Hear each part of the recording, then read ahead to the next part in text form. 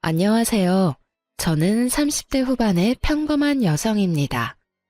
전 남편에게 정말 말도 안 되는 일을 당했는데 복수를 하고도 분이 덜 풀려 여기서 이 한 좀 풀어보고자 사연글을 작성하게 됐어요. 저는 몰랐어요. 악연이란 언제나 인연으로 위장하고 있다는 걸요.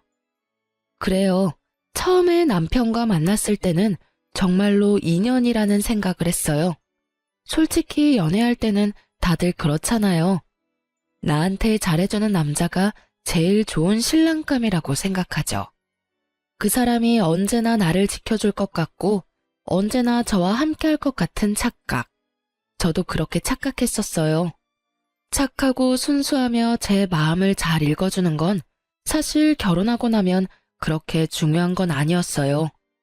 제일 중요하게 봐야 할 것을 보지 못하고 섣부른 결혼을 선택한 제가 결국 결혼 4년 만에 이혼을 하게 된 건 어찌 보면 당연한 일이었을지도 몰라요. 저는 애견 미용사였어요. 어릴 때부터 귀엽고 깜찍하고 충성스러운 강아지를 좋아했고 결국에는 그것이 제 진로에 큰 영향을 미쳤죠. 저희 친정이 엄청 부자는 아니었지만 가게 보증금은 빌려줄 정도로 여유는 있으셨고 그렇게 미용을 배운 후부터는 제 가게를 꾸려나가며 일을 했어요. 남편은 당시에 나이가 든 강아지를 한 마리 기르고 있었는데 그 강아지의 미용을 제게 맡기면서 저와 손님 직원의 관계로 알게 됐어요. 정기적으로 미용을 맡기던 남편이 예약 문자가 아닌 강아지의 죽음 소식을 알려온 날부터 저희는 더 이상 손님과 직원의 관계가 아니게 되었습니다. 그렇게 연락을 하고 서로 호감을 가지기 시작했어요. 그렇게 결혼 이야기가 오가고 처음으로 시댁에 방문하게 되었어요. 그런데 분위기가 상당히 묘했던 것이 아직도 기억에 남아요. 뭔가 꺼림칙하고 서먹하고 거리감 있는 느낌. 아무리 봐도 화목한 집안이라는 생각은 들지 않았거든요. 사실 도리어 그 서먹함이 다행일지도 모른다는 생각을 했어요. 남편이 서먹할 정도면 결혼 후에도 시댁과 딱히 가깝게 지내거나 엄청 신경 써야 할 정도는 아니겠지. 난 그 정도 선만 유지하면 되겠지 하는 생각만 그때 했어요. 멍청하게도. 가족이 화목하지 못한 것에는 분명 이유가 있음에도 말이죠. 어쨌든 함께 인사를 갔는데도 부모님은 떨떠름한 느낌이었습니다. 시부모는 시골에서 밭일을 하는 사람이었는데 가진 거라고는 시골집 한 채뿐인 분들이셨어요. 밭도 다른 사람에게 빌려서 농사 짓고 있었고요. 정말 후다닥 인사만 하고 올라와야 했을 정도로 시부모님은 저희와 대화조차도 제대로 나누려 하지 않으셨어요. 그 이유는 결혼식이 끝나갈 때쯤 알게 되었습니다. 저는 남편과 연애하는 1년 동안 남편이 외동아들이라고 생각했어요. 그런데 위로 형님이 하나 있었더군요. 더 웃긴 건 남편에게 형이 있다는 이야기를 결혼식에 온 남편 친척의 입으로 듣게 됐다는 거예요. 아유, 결혼 결정하기 힘들었을 텐데. 그래도 이 집 둘째 아들은 야무지니까 괜찮을 거야. 사람만 보고 결혼하면 나쁘지도 않지. 덕담이라고 전해줬다고 하기엔 너무도 꺼림칙한 말에 제가 모르는 첫째 아들 이야기까지. 첫째 아들에게는 하자가 있다는 식으로 들리는 말에 저는 뭔가 이상하다고 생각했지만 그때는 이미 결혼식이 한창이었으니 자세히 생각할 시간도 없었어요. 시아주버님이든 누구든 어차피 시댁과 남편이 저렇게 소원한데 우리한테 영향을 미칠까? 그런 아니란 생각만 했죠. 그런데 그 시숙은 말 그대로 인간 쓰레기였어요. 그것도 활용 불가능하고 처치곤란인 쓰레기. 나름대로 저에게는 행복한 결혼식이 끝나가고 마지막으로 예식장 식대 계산하는 시간이 됐죠. 저는 부모님과 계산을 했는데 시댁에서 갑자기 부산스럽게 난리가 났더라고요. 뭐? 돈 가방이 왜 없어져? 축의금 잘 챙긴 거 맞아? 사촌 동생이 어깨에 꼭 메고 다녔는데 순식간에 열린 상태로 안에 내용물이 다 사라졌어요. CCTV 돌려보니까 형이, 아이고, 그것이 또 어디서 소식을 기어듣고 나왔구나. 그 역병 같은 놈이 또 나왔어. 이를 어쩌냐? 그 돈이 없으면 지금 당장은 식대 낼 돈도 없어. 남편과 시부의 대화에 저는 못 본 척 할 수가 없어서 남편에게 슬쩍 다가가 말했어요. 무슨 일 있어? 자기야, 저기, 미안한데, 우리 식대 좀 대신 내줄 수 없을까? 아버지가 본가에 모아놓은 돈이 조금 있으신데, 나중에 시댁 갔다 와서 돌려줄게. 친척 중에 한 명이 다 가져간 것 같아. 미안하다며 이마를 연신 매만지던 남편의 모습에서 민망함과 곤란함이 묻어나왔기에 저는 일단 이 상황을 수습하기로 했어요. 게다가 시부가 식대를 돌려준다고 했으니 괜찮을 거라는 생각도 했거든요. 저는 친정아버지에게 부탁해 남은 축의금을 남편의 식대로 썼어요. 친정아버지는 기분이 좋지 않아 보였죠.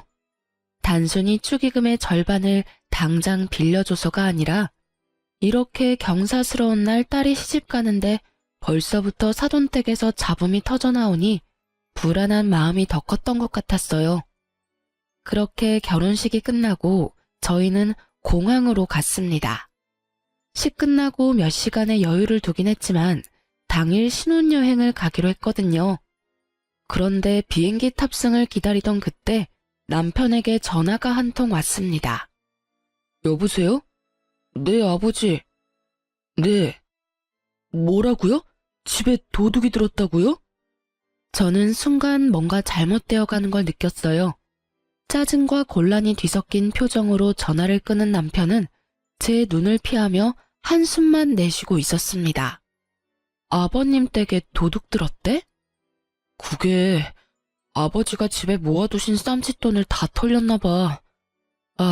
그래서 장인어른한테 드려야 할 돈을 아무래도 좀 늦게 갚아야 될 것 같은데. 그 이야기에 저도 많이 놀랐어요. 축의금을 도둑 맞은 것도 그렇고 본가까지 털린 걸 보니 뭔가 문제가 있다 싶었죠. 혹시 그 당신 형이라는 사람 말이야. 그렇게 이야기를 꺼내는데 남편 폰으로 문자가 하나 도착했어요.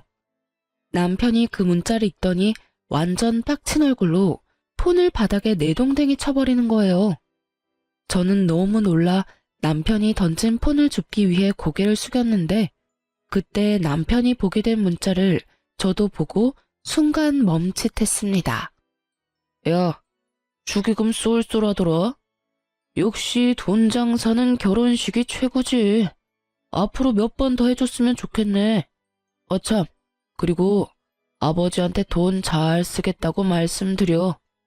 그리고 발신인에는 형이라고 적혀 있었어요. 이 형이라는 사람이 이 모든 재앙의 주인공이라는 것을 알고 저는 너무 놀라 남편에게 물었어요. 이 사람이 다 가져간 거야? 이 형이라는 사람은 누군데? 설마 당신 진짜 형인 건 아니지? 진짜 형이야. 형이라는 사람이 동생 결혼식에서 이런 짓 해도 돼? 너무하잖아. 집안에 돈이란 돈은 다 쓸어갔네. 당신, 근데 나한테 왜 형 있다는 이야기 숨겼어? 만나서 좋은 사람이면 이야기했겠지만 옛날에도 지금에도 여전히 집에 돈만 생기면 어떻게 냄새 맡고 와서 다 끌어가는 사람이거든. 어릴 때 살던 집도 몇 번이나 털렸고 아버지 통장에 있던 적금도 다 깨서 가져가고 논이며 밭이며 팔아먹은 것도 엄청나거든. 집에 경조사 있으면 와서 가져가는 것도 그렇고 이번에 우리 결혼 때도 형님한테 알리지 못하도록 힘썼는데 어떻게 알고 왔는지. 그래서 결국에는 우리 부모님도 저렇게 힘들게 살고 계시고 형 때문에 나랑 부모님 사이도 서먹해졌고 아버지는 대기업 다니는 나한테 불똥 튈까봐 본가에도 자주 못 오게 하실 정도였거든. 남편의 입에서 나오는 형에 대한 인상은 제 생각보다 더 충격적이었습니다. 아니, 그런 걸 숨기면 어떡해. 게다가 이 문자는 또 뭐야? 이제 막 결혼하는 사람한테 결혼을 몇 번 더 하라고? 이게 제정신이야? 동생 축의금 몰래 가져가서 가족들 곤란하게 만든 것도 그래. 도대체 뭐 하는 사람이야? 진짜 너무하잖아. 그리고 당신도 그런 이야기가 있으면 나한테 이야기를 해줬어야지. 우리가 결혼할 사이인데 그걸 숨기면 어떡해. 그만해. 나도 알고 있어. 더 이상 이 이야기 그만하자. 그만할 분위기가 아니잖아. 이 상태로 신혼여행에는 어떻게 가? 아버지한테도 좀 이따가 돈 붙여주기로 했는데 어떻게 해? 저도 퍽 곤란한 상황이었어요. 제가 받은 돈은 패백 때 친척들에게 받은 돈과 친구들이 제 계좌로 따로 넣어준 축의금 말고는 없었거든요. 제가 일하며 모아놓았던 돈은 결혼식 자금과 우리가 살 신혼집의 전세금을 절반을 부담하는 바람에 정말로 남아있는 돈은 거의 없는 상태였죠. 근데 당신도 당신이지만 시아버지 시어머니도 그래. 집에 그런 문제가 있으면 나한테 말이라도 해줬어야지. 이건 뭐 아무것도 모르고 다 뺏긴 꼴이잖아. 그만하라고 했지. 그게 우리 부모님까지 나올 일이야? 형이 잘못하긴 했지만 부모님도 형도 내 가족이야. 내 앞에서 가족 욕하지 마. 그게 얼마나 기분 더러운 건지 몰라서 이래? 욕? 내가 지금 욕을 언제 했어? 그럼 넌 이게 맞다고 생각해? 내가 당신 가족 구성원도 제대로 모르고 결혼한 게 진짜 결혼하는 게 맞는 거냐고. 며느리가 되는데 그 집에 형이 있는 걸 결혼식이 돼서야 알아? 그건 상식적인 일이야? 그리고 당신이 감싸는 그 형이 우리 집에 피해를 안 줬으면 모르겠는데 지금 벌써 우리 집에 피해를 끼치고 있잖아. 당신이 감싸야 할 사람이 축의금 다 가져간 형인 거야? 아님 돈 없을 때 도와준 우리 가족이랑 나야. 기분이 더러우면 어떡할까? 사과라도 해줘. 근데 그 사과 원하면 우리 집 돈부터 갚아.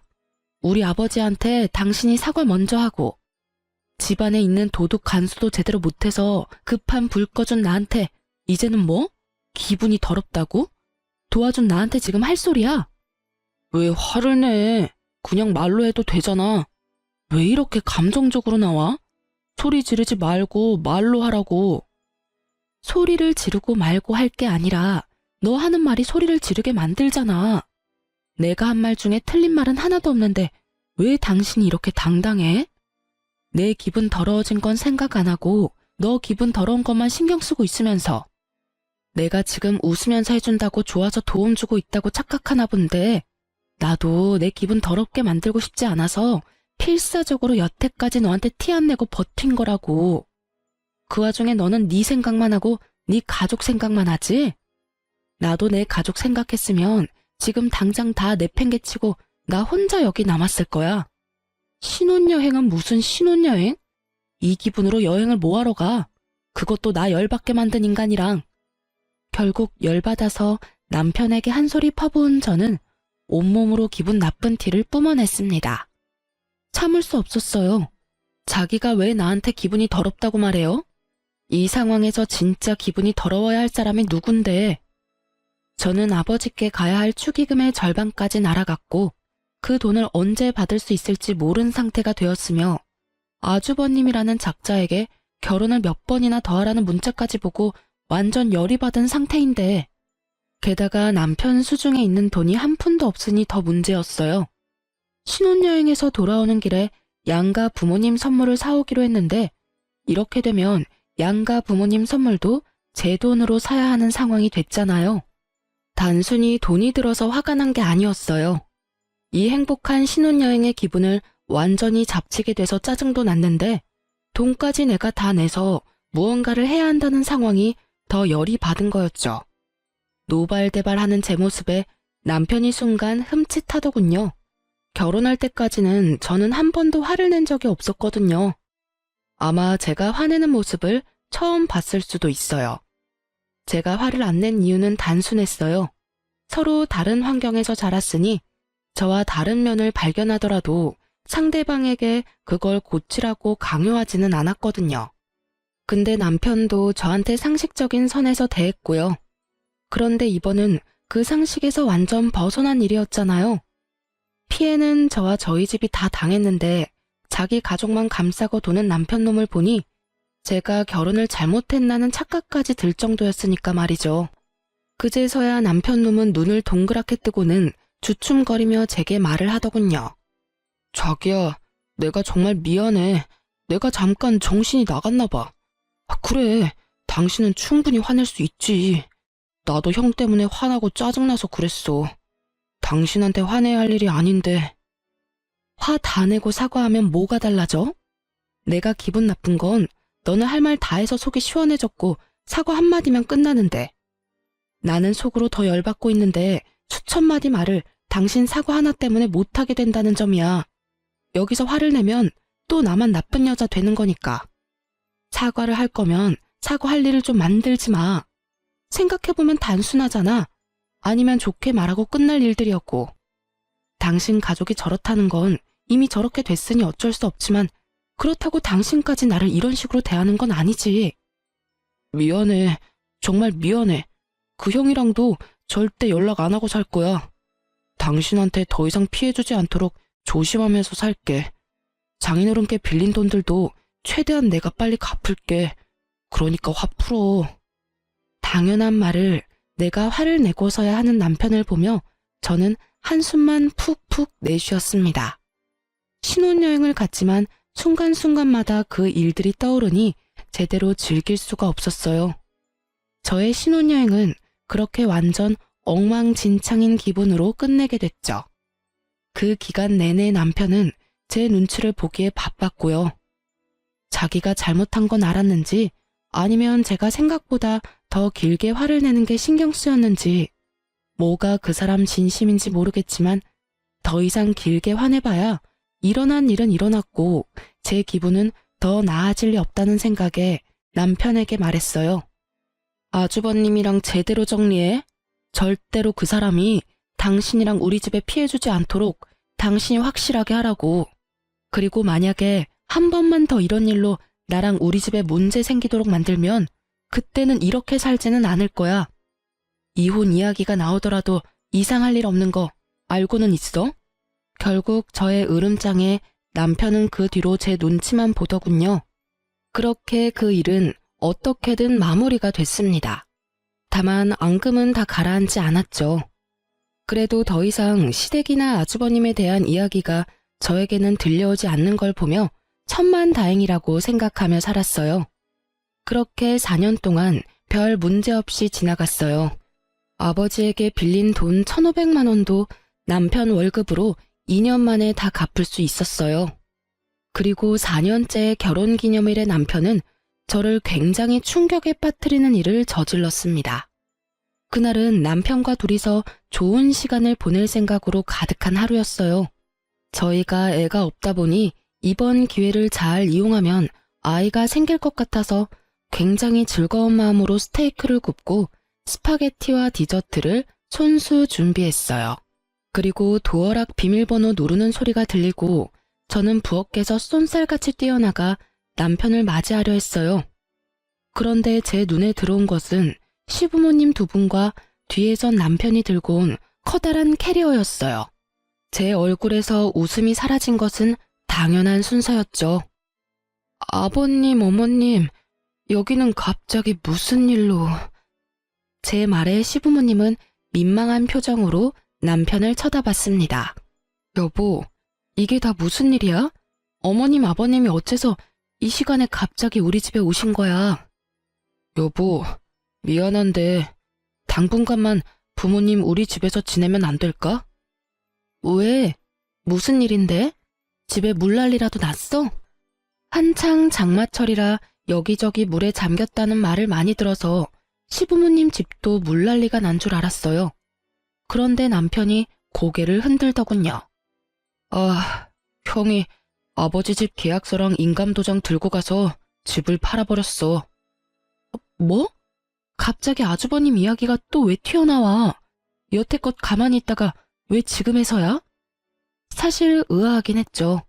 그 아주버님 성격이라면 시부모 집 따위 애저녁에 팔아먹을 것 같았거든요. 워낙 들은 게 많아서 말이죠. 그러니까 이상하잖아요. 돈 나올 구석만 있으면 뭐든 다 뺏어가는 사람이 여태껏 그 집을 가만히 놔뒀다는 게 좀 수상하더라고요. 여태까지 그 인감 도장이 어디 있는지 몰라서 못 팔았던 모양이더라고. 얼마 전에 오랜만에 부모님 얼굴 보러 왔다고 하면서 내려와서는 내내 그거 찾고 있었던 것 같아. 저는 너무 당황했습니다. 집에 큰일이 일어났으니 남편도 여기까지 시부모님을 데려왔겠죠. 그게 싫다는 건 아니었어요.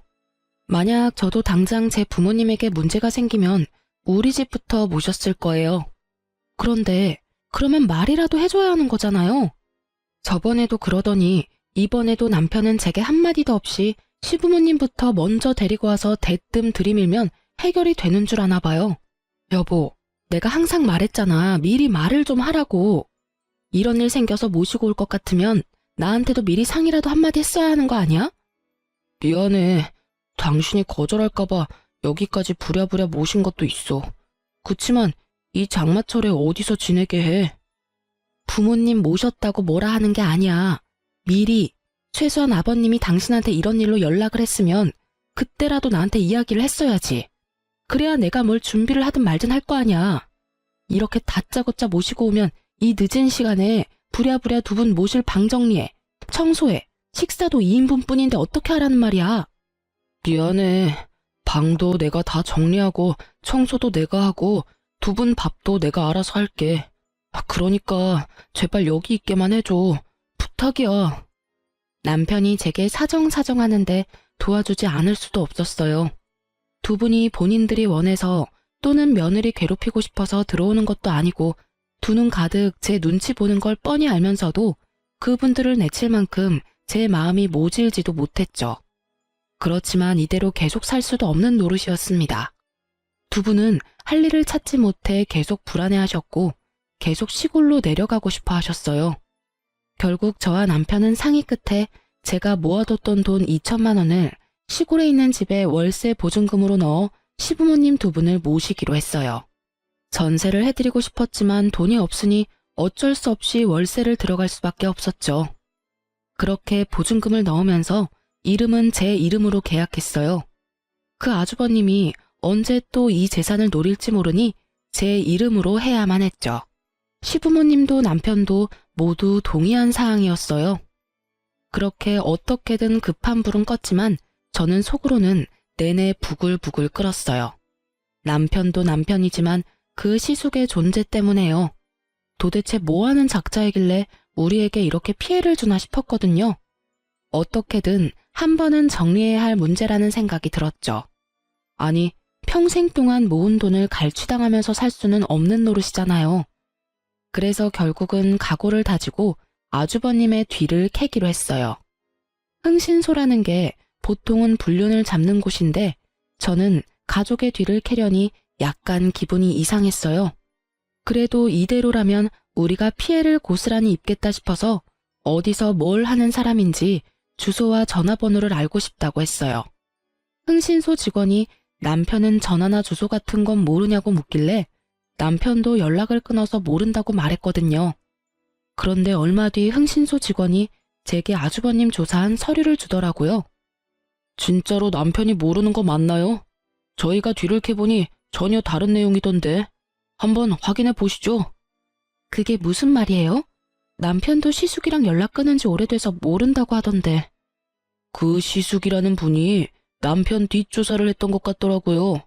그래서 저희도 조사하면서 알게 된 사실인데 두 사람이 뭔가 거래를 한 것 같던데. 그 부분은 저희가 상세히 알기는 어렵고요. 사실 저희가 완전 다르다고 한 건 그 뒷부분에 넘어가면 있거든요. 먼저 확인 한번 해보세요. 흥신소 직원의 말에 저는 서류를 한 장 한 장 넘기다가 너무 놀라 뒷목을 잡을 뻔했어요. 게다가 너무 화가 나서 손에 힘을 너무 많이 주는 바람에 들고 있던 서류까지 구겨지고 찢어졌죠. 뒷조사에는 아주버님만 있었던 게 아니었어요. 남편이 웬 여자와 만나는 게 찍혀 있더라고요. 여기서 불륜이라니. 제가 너무 놀라 부들부들거리고 있자 그 직원분이 저한테 말해주더군요. 저희가 서로 만나는 걸 직접 확인했습니다. 두 분이 뭔가 이야기를 하고 남편분이 돈을 건네더군요. 두 분의 대화 내용은 일단 녹음해 왔습니다. 그리고 의뢰 대상만 쫓으려고 하다가 혹시나 해서 남편분도 같이 쫓았는데 이런 결과가 나왔어요. 맨 마지막에는 숙박업소에 함께 들어갔다가 함께 나오는 남편과 상간녀의 모습이 그대로 찍혀 있었어요. 아주버님을 조사하려다가 남편의 불륜을 알게 된 제 기분은 완전히 바닥을 쳤습니다. 그리고 직원이 들려주는 대화 내용을 듣고는 더 열이 받아버렸죠. 왜 또 돈을 달라고 하는데? 나 이제 돈 없다니까? 그 일은 저번에 준 2천만 원으로 끝난 거잖아. 형이 비밀 지키겠다고 했고 그것 때문에 내가 아버지 인감이랑 집 계약서 어디 있는지 알려줬잖아. 야, 그럼 네 마누라가 알아도 좋아? 너 네 마누라한테 돈 많이 빌렸다며?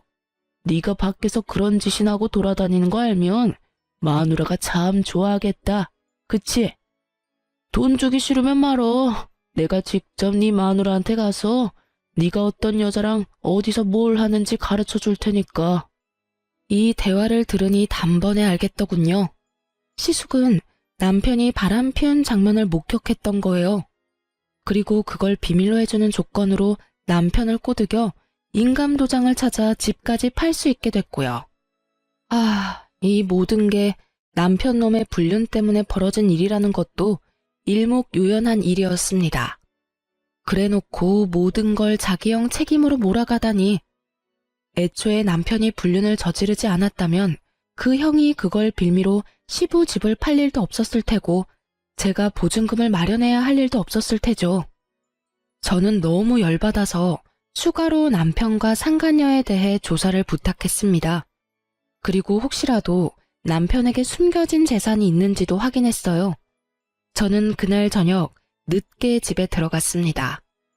남편과 마주치면 바로 욕이 튀어나올 것 같아서 남편에게 먼저 자라고 문자한 뒤에 12시가 다 돼서 집으로 들어갔어요.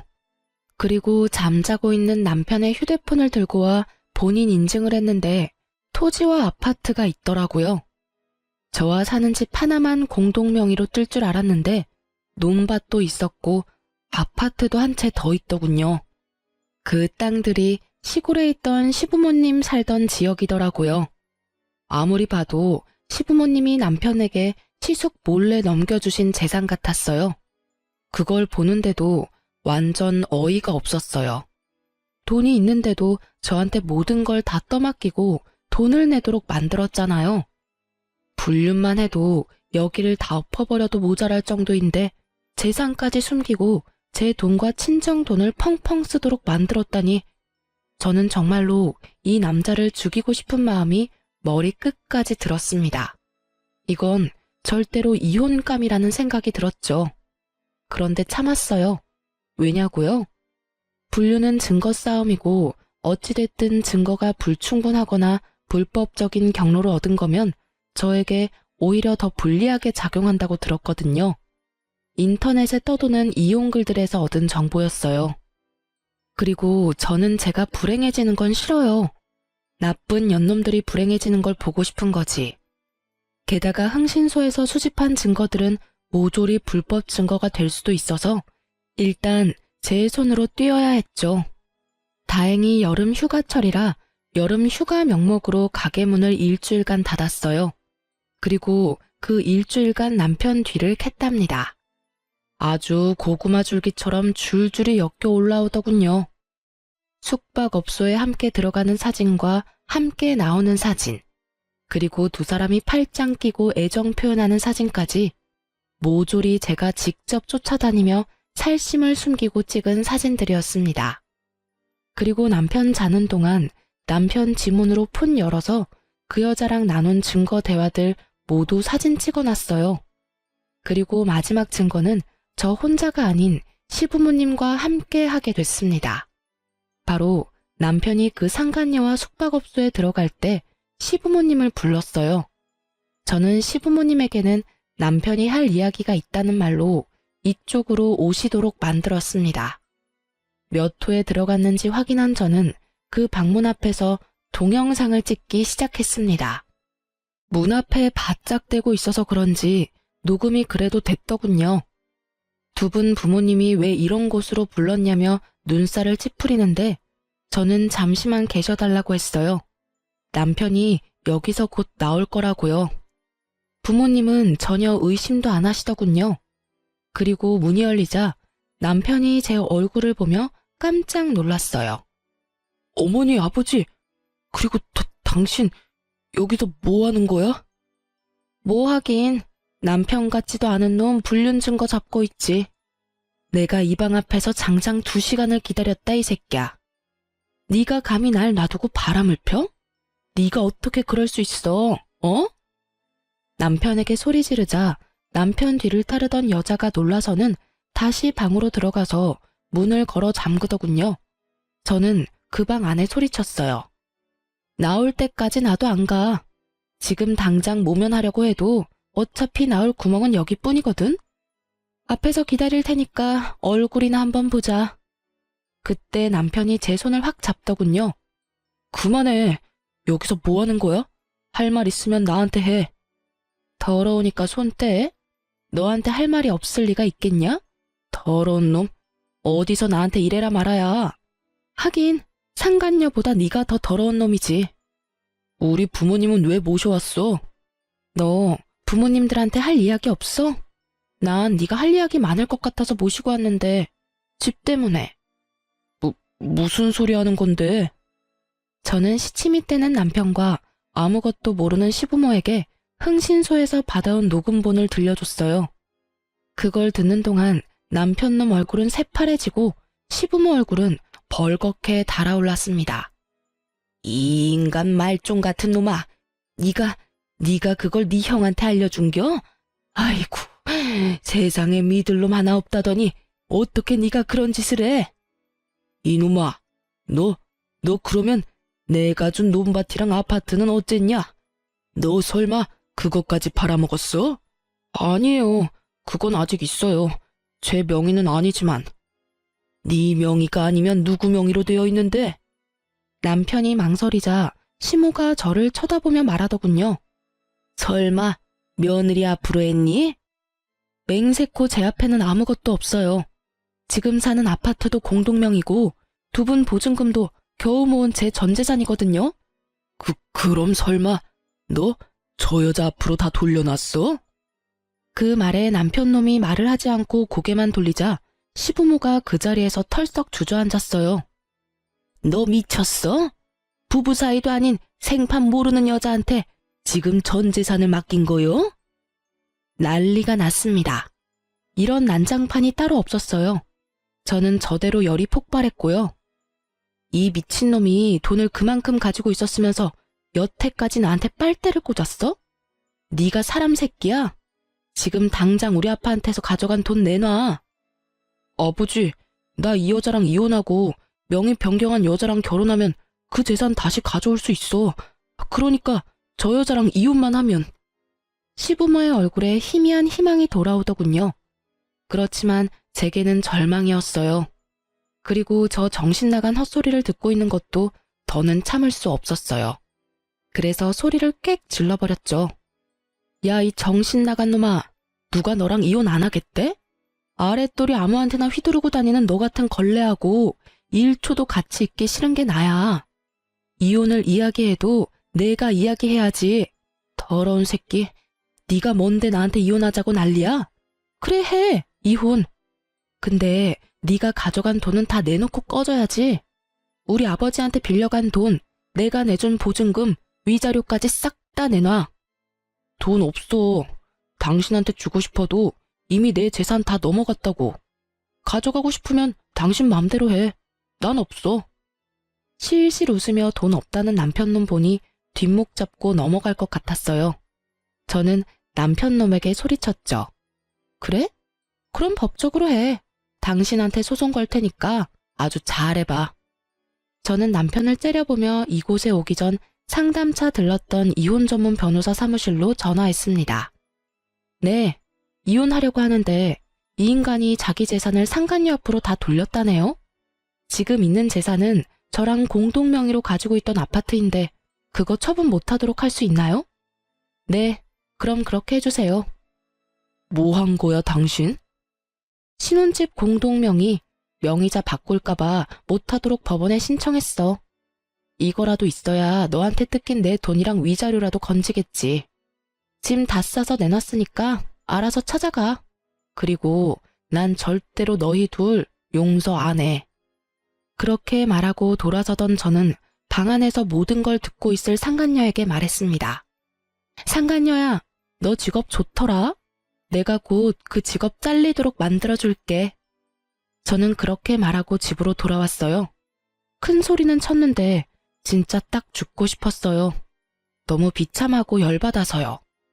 왜 나한테 이런 일이 일어나나 싶고 세상 불행은 왜 저에게만 오나 싶었거든요. 그렇게 저는 남편과 상간녀에게 소송을 진행했어요. 아이러니하게도 상간녀 직업은 공무원이었거든요. 뒷조사 해주시던 분들이 여기 오기 직전에 알려줘서 상간녀에게 그렇게 큰 소리 쳤던 거고요. 공무원은 품위 유지를 위반하면 징계를 받잖아요. 그래서 불륜징계 처분을 받을 수 있도록 변호사와 이야기했어요. 그걸 이용해서 완전히 발 디디고 설 곳 없도록 만들기로 했어요. 남의 것을 빼앗을 때는 본인도 뺏길 수 있다고 생각하는 게 당연한 거 아닌가요? 그렇게 저는 남편과 이혼에 성공했어요. 공동명의였던 집도 온전히 제 명의로 바뀌었어요. 남편에게서 받을 재산이 그것뿐이라 위자료와 시부 보증금으로 받아야 할 돈들을 그걸로 가져온 거였어요. 그리고 시골에 얻어준 시댁 보증금은 빼버리려 했더니 계약 기간이 안 돼서 세입자를 새로 구해줘야 빼준다고 하더라고요. 그렇게 저희 신혼집은 제 명의가 됐어요. 그리고 상간녀 위자료 소송으로 받은 돈은 아버지께 드렸어요. 아버지는 남편놈 행동에 열이 뻗치셔서는 욕을 어찌나 하시는지 그거 달래느라 힘들었어요. 너 이대로 있을 거야? 그 망할 놈 좋은 일만 시키고 말이지. 결혼식 식대 내달라고 왔을 때부터 나는 꺼림칙했어.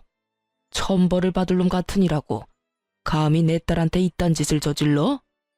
아빠, 걱정 마세요. 저도 절대로 이렇게는 못 끝내죠. 근데 쓰레기를 내 손으로 버리면 내 손이 더러워지잖아요. 이럴 때는 쓰레기로 쓰레기 처리하도록 만드는 법이 제일 좋아요. 제가 좋은 쓰레기를 하나 알거든요. 저는 아버지에게 그렇게 이야기하고 전 남편의 형에게 전화를 걸었습니다. 네, 안녕하세요. 저 당신 동생 와이프예요. 얼마 전에 이혼했거든요. 나한테 돈 달라고 전화한 거면 번지수 잘못 짚었어요. 나 돈 없거든. 그리고 동생이랑 남남이면 나랑도 남남인데 뭔 일로 전화를 했어요? 별일 아닌 거면 끊습니다. 급하시네요.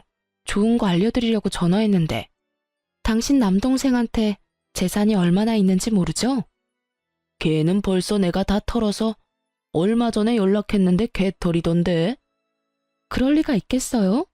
제가 문자로 땅 아파트 한 채 주소 어딘지 보내드릴게요. 그거 당신 동생이 가지고 있던 재산이었거든요. 당신 부모님이 당신한테서 지키려고 동생 명의로 바꿔놓은 거예요. 그리고는 당신한테 들킬까봐 시댁에도 자주 못 오게 하고. 알고 계셨어요? 뭐? 그런 게 있었다고? 이야, 요거 간땡이가 부었네. 아, 근데 그거 명의 얼마 전에 바뀌었어요. 당신 동생이 만나던 여자 이름으로요. 뭐? 그쪽으로 바뀌면 어떻게 하기 힘든데? 괜찮아요. 두 사람 곧 재혼할 것 같은데 형님이 제주껏 재능 발휘하시면 될 것 같네요. 제가 굳이 손대고 싶은 마음은 없거든요. 아, 부부가 되면 가져오기 쉽지. 가서 한 판 휩쓸어주면 냅다 던져주거든. 근데 이렇게 알려주는 이유가 뭐요? 뭐긴요. 저를 이렇게 괴롭혔으니까 그 사람들도 괴로워봐야 하지 않겠어요? 그 녀석도 무서운 사람 건드렸네. 대신 부탁 하나 있어요. 재산 다 뺏고 나면 전화해서 그 사람들 어땠는지 이야기 좀 해주세요. 그러고는 전화를 뚝 끊었어요. 저는 앞으로 벌어질 일들을 기다리고 있었어요. 쓰레기 형님이 쓰레기 동생을 어떻게 처리하나 하고요. 그리고 며칠 뒤에 전화가 왔더군요. 이야기를 들어보니 아주 웃겼어요. 전 남편놈은 자기들의 보금자리까지 찾아온 형에게 놀라 한바탕 뒤집어졌다고 해요. 그 와중에 형이 재산 내놓으라고 행패 부리며 안 내놓으면 여기저기 불륜 소식 다 알려버리겠다고, 그리고 이 아파트에 사는 사람이 모두 알도록 만들겠다고 협박했는데도 안 내놓더래요. 그래서 그 형님이 어쨌다는 줄 아세요? 상간녀 부모한테 가서 무슨 자식을 그따위로 키웠냐고 불륜이나 해서 남의 가정 깨고 남의 재산 다 가져간 파렴치한으로 만들어버리는 바람에 결국 상간녀 부모 쓰러져서 몸져 누웠다고 하더군요. 그리고 그 이야기 듣고 뛰쳐온 상간녀가 결국에는 전 남편에게 받았던 재산 싹 다 돌려줬다고 했답니다. 하긴 그렇게 애지중지 키운 딸년이 유부남이랑 붙어먹으며 불륜이나 저질렀다는 걸 알면 얼마나 충격받았겠어요. 이렇게 화려하게 제 복수를 대신해주니 분노와 화로 가득했던 가슴속을 시원하게 덜어낼 수 있었어요. 그런데 그러고 며칠쯤 지났을까요? 상간녀에게 연락이 왔더라고요. 사실 저는 전 남편과 만나기 싫어서 제 명의가 된 집도 팔려고 내놨고 애견 미용실도 다른 곳으로 이전하려고 생각 중이었거든요. 그놈 얼굴 보기 싫어서 그랬는데 뜬금없이 상간녀가 연락 오니 좀 의아했죠. 안 만나고 싶었지만 마지막이라는 생각으로 한번 만나주기로 하고 나갔어요.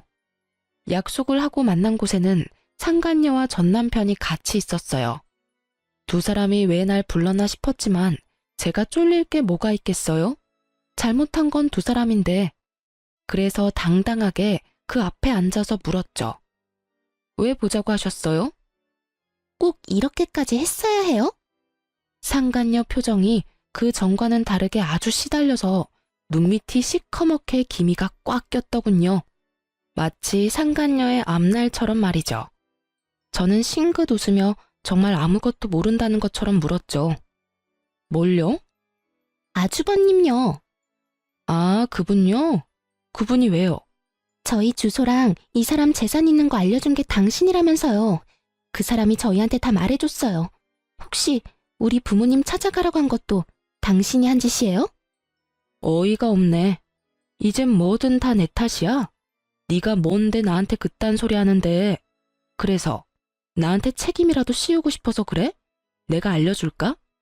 너희 집 주소 그리고 저기 찌그러져 있는 저 새끼가 가지고 있던 재산 내가 다 알려줬어, 그 형님한테. 그런데 난 알려준 것뿐이야. 세부적인 일은 그분이 혼자서 다 하셨지. 내가 왜 그런 일을 해? 미안한데 쓰레기 치우는데 내 손을 쓰는 건 너무 더럽잖아. 그것도 하나가 아니라 둘이나 되는데. 그래서 사고 치는 거 좋아하는 사람한테 정보 하나 준 것뿐이야. 그렇다고 내가 뭘 해달라고 요구한 적 없어. 녹음한 거 있는데 들어볼래? 진짜로 당신이 시킨 게 아니라고요? 내가 말 안 했어도 언젠가는 당신들 찾아갔을걸? 거기 짜져있는 아저씨가 대답해봐요. 맞죠? 당신 형님 그러고도 충분히 남을 사람이잖아. 결혼식 전까지 한 번도 그 존재에 대해 들어본 적 없는 형님이 우리 결혼식에 와서 시댁 축의금 홀라당 훔쳐서 도망가서 결국에는 우리 친정아버지가 그 돈 내도록 만들었죠. 돈 될 만한 땅도 그렇게나 많이 가지고 있었으면서 돈 한 푼 안 내고 나한테 돈 다 내도록 만들었잖아. 그게 이 인간 수법이라고. 그 형님이라는 쓰레기 같은 인간이랑 똑같은 쓰레기. 제 말에 상간녀가 분노를 삼키려는 건지 이를 꽉 깨물더군요. 이제 알겠어? 네가 가져간 게 저런 인간이야. 잘 됐지 뭐. 나만 아니면 되니까. 야, 이 나쁜 놈아. 그런 가족이 있었으면 나한테 말을 했어야 할 거 아니야. 너 지금 나 속이고 결혼하자고 한 거라고. 아줌마, 다 됐으니까 이 남자 데리고 가요. 다시 가져가라고요. 저 새끼 때문에 나는 3년간 악착같이 공부해서 들어간 번듯한 직장에서도 해임됐고 결국에는 소문까지 다 나서 얼굴도 못 들고 다니게 됐어. 우리 부모님은 아예 내 얼굴 볼 생각도 안 하고. 이놈은 자기도 회사 잘려서 놀고 있지를 않나. 위자료 대신 내준다는 말만 믿고 있었는데 그 형이 나타나서 다 빼앗아 가질 않나. 이게 도대체 무슨 일이냐고. 당신이 남자 간수를 못하니까 지나가는 나 같은 여자가 봉변을 당하는 거잖아. 아니, 눈 맞은 건 둘인데 왜 나한테 성질이야. 내가 이 썩을 인간한테 더 유감이 있긴 한데 너한테도 유감은 차고도 넘쳐. 어디서 유부남 노리고 만난 년이 감히 나한테 큰 소리야. 그리고 한 번 가져갔으면 반품 불가거든? 그럼 어떡하라고. 내 인생 완전히 망했는데. 나는 직장도 돈도 명예도 이젠 부모님도 잃었다고. 나한테 남은 건 하나도 없어. 네가 책임져. 이 정신 나간 놈아. 왜 그딴 형 하나 간수를 못해서 내 인생을 망쳐놔. 결국 상간녀의 화살은 전 남편에게 돌아갔고 그는 억울함 가득한 눈으로 상간녀에게 말하더군요. 우리 사랑하는 사이였잖아. 너도 좋다고 했으면서 이제 와서 이딴 소리 하냐고. 언제는 내가 뭐라도 다 좋다며. 사랑이 밥 먹여줘? 직장 잃고 나한테 빌붙으려는 거 내가 모를 줄 알아? 내 인생 돌려놔 이 나쁜 놈아. 전 남편 멱살을 붙잡고 소리치는 상간녀에게 제가 웃으면서 말해줬어요. 네 인생 망친 건 너야. 불륜 아니었으면 그 아주버님이라는 작자하고 다시 만나지도 않았을 테지. 그래도 나한테는 상간녀야. 네가 은인이다. 결국 상간녀는 열받아서 나가버렸고 전 남편 놈은 저와 상간녀 사이에서 말도 없이 우물쭈물거리다가 뒤늦게 상간녀 뒤를 쫓아갔더군요. 그 뒤에 전화 오는 거 다 연락 무시했더니 그 다음에는 장문의 문자를 보냈더라고요. 안 읽고 지우려다가 2달 뒤에 생각나서 한번 읽어봤는데 아주 쓸모없는 것들만 써져 있더라고요. 미안하다, 다시 돌아가고 싶다, 뭐 이런. 정말 하등 쓸모없는 후회로 가득한 말? 괜히 읽어서 제 기분만 잡쳤어요. 결국 여기서도 저기서도 버림받은 전 남편은 빈털터리에 집도 없이 결국 시골 시댁으로 내려가 보증금 2천짜리 시댁에 들어갔다고 하더군요. 그런데 자기들 재산 다 말아먹은 시부모가 그런 아들을 집에 곱게 들였겠어요? 등짝을 때리고 책임지라고 고함을 지르고서야 겨우 용서를 받아 들어갔다고 하더라고요. 그 작은 집을 어떻게든 아주버님 손에서 지키려고 전전긍긍하며 살고 있다는 이야기를 듣고 한바탕 웃었네요. 이래서 쓰레기는 쓰레기로 처리하는 게 깔끔한 것 같아요. 나쁜 짓 하고 시골까지 쫓겨나갔으니 반성은 좀 했을까 모르겠네요. 인생 통틀어 최악의 쓰레기를 천벌받게 만든 제 사연. 여러분은 어떻게 생각하실까 모르겠네요. 지금까지 제 사연 들어주셔서 감사합니다. 좋은 하루 되세요.